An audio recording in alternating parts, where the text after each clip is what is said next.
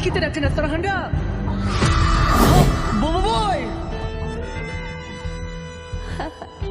Setelah sekian lama, akhirnya kuat Halik jatuh pada kepewaris sebenar. Kenapa kau buat macam ni, Kirana? Dia jadi tugas aku untuk merampas hak pada aku.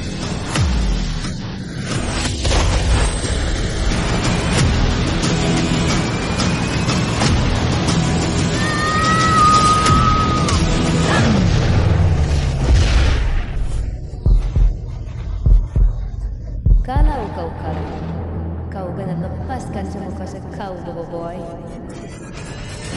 Bobo Boy kuasa 5! Gunung saya semuanya.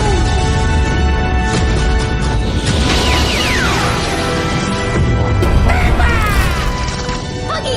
Serang robot di mataku!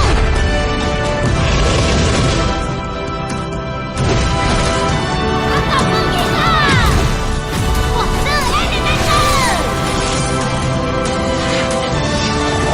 Ya!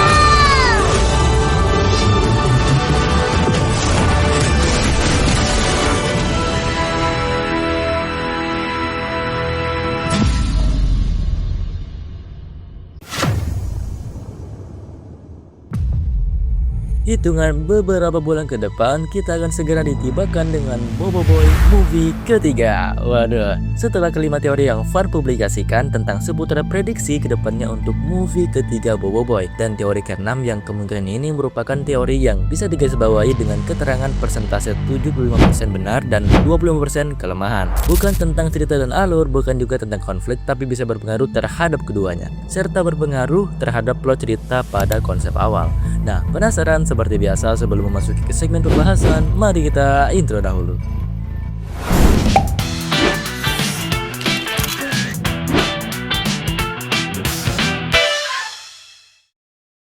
Selamat datang di pembahasan singkat. Beberapa minggu lalu, Monster telah merilis dan launching figura terbaru Bobo Boy Gempa dan Bobo Boy Halilintar.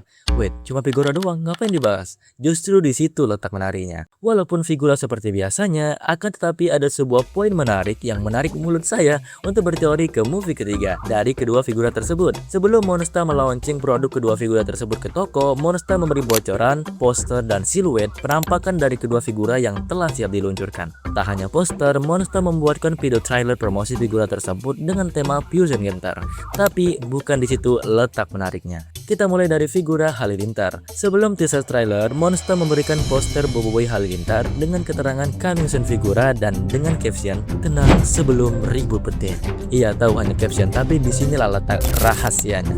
Gua bukan orang dalam Monster dan bukan juga staf tata kerja Monster. Saya sendiri hanya konten creator yang suka berteori bahwa keterangan yang Monster tulis akan berkaitan dengan kejadian di Gurlatan nanti. Kalau kita memainkan cocok logi, kata-kata yang ditulis Monster memiliki isi yang bisa saja memiliki kaitan dengan movie ketiga yang akan datang. Arc Gurlatan merupakan arc yang memiliki tema cerita yang berat dengan latar belakang planet yang beriklim hujan tropis. Ya, hujan badai. Putri menyala. Sebutnya apa ya? Pokoknya nggak tahu. Pokoknya planet dengan iklim hujan badai petir ribut. Nah, mengapa hal sekecil ini harus dibahas? Padahal ia hanya sebuah caption saja, dan kata-katanya itu pun merujuk pada tema kuasa Bobo Boy itu sendiri.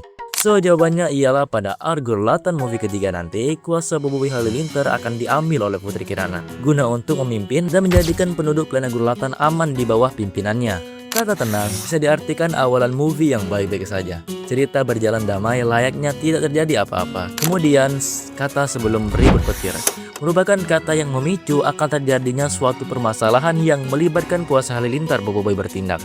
Dalam versi komik, Bobo Boy Halilintar berhadapan dengan robot Satria Antara milik Papato dan suruhan Kirana. Kirana berhasil mendapatkan kuasa tersebut melalui robot Satria Antara dan pedang yang ia berikan kepada Bobo Boy Halilintar. Nah, gimana kalau dalam versi animasinya nanti? Kurasa Monster tidak akan membuat cerita yang begitu mudah ditebak. Jadi diubah bang? Ya kayaknya iya sih. Tuh Bobo Boy Galaxy Barajo aja ceritanya dirombak habis-habisan oleh Monster. Kenapa Gurlatan tidak? Tapi kayaknya aja nih. Nah terus kalau diubah nanti gimana ceritanya bang?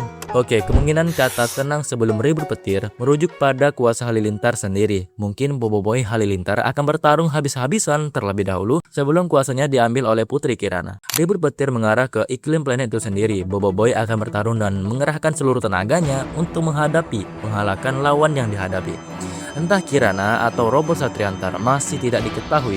Tapi kalau mengikuti teori gua bahwa Boboiboy akan berhadapan lawan yang kuasanya memiliki level yang lebih tinggi darinya untuk merampas kuasa tersebut agar bisa diakses oleh Kirana, atau sebaliknya tidak ada robot Satriantar melainkan Kirana sendiri memiliki kuasa dari power sfera lain. Bisa saja Keyboard yang langsung ia gunakan tanpa adanya bantuan orang kedua seperti Papaku. Ya ujung-ujungnya pakai robot juga sih. Namun bisa saja power sfera Keyboard akan memiliki fungsi dan kekuatan yang berbeda di cerita yang akan datang. Semisalnya, Keyboard akan memberikan kuasa kepada penggunanya. Misal, kekuatan yang ada di dalam kunci akan disalurkan ke penggunanya berupa kuasa dan tenaga. Dengan hal itu, Kirana bisa menggunakan akses kuasa Keyboard dengan memasukkan sebuah kunci kuasa, guna untuk memberi energi kepada Kirana dari kuasa kunci yang telah diakses. Entah kuasa apa yang akan digunakan, tapi nampaknya akan lebih kuat dan jauh lebih berbahaya dari kekuatan Boboiboy Halilintar, yang akan membuat Boboiboy Halilintar kewalahan dan kuasa Halilintar pun berhasil Kirana dapatkan. Baiklah, cukup sekian video pembahasan dari saya. Sebelum jika kalian suka dengan video pembahasan kayak gini, jangan lupa tekan tombol suka dan bagikan ke teman-teman kalian ya. Oke, maybe until here the video this time. I am say goodbye and excuse me, I'm leaving. Thank you for watching the video until the end. Sampai bertemu lagi di video terbaru selanjutnya.